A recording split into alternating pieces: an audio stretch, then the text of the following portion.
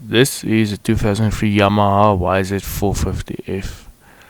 I bought it about 5 years ago for $200 and stuck it in the shed because I was too busy with other projects. But today is the day we get started on it.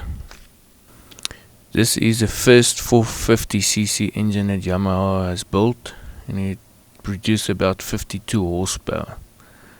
The oaks that I bought it from told me he dropped a valve and took everything apart. After seeing the damage, he didn't see the means to repair it, so he just sold it. So first thing we must do is see if all the parts are there and what is missing, what we're going to need to get it all fixed up again. Get everything cleaned out and see what we need and where we can source some parts from. With the handlebars, we got a sweet Metal Militia prototype handlebar and a salt triple clamp. We'll replace the levers and some new grips.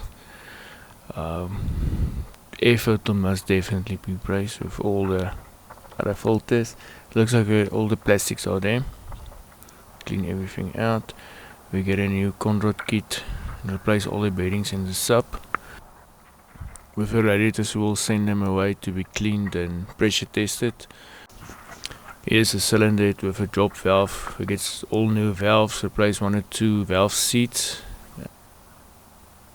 With a piston and rings, we'll get some new ones. Definitely chain and sprockets. Carburetor is there, so we just clean it out. Just clean all the plastics. Here is a before photo. So please subscribe to the channel and follow me as I complete this project.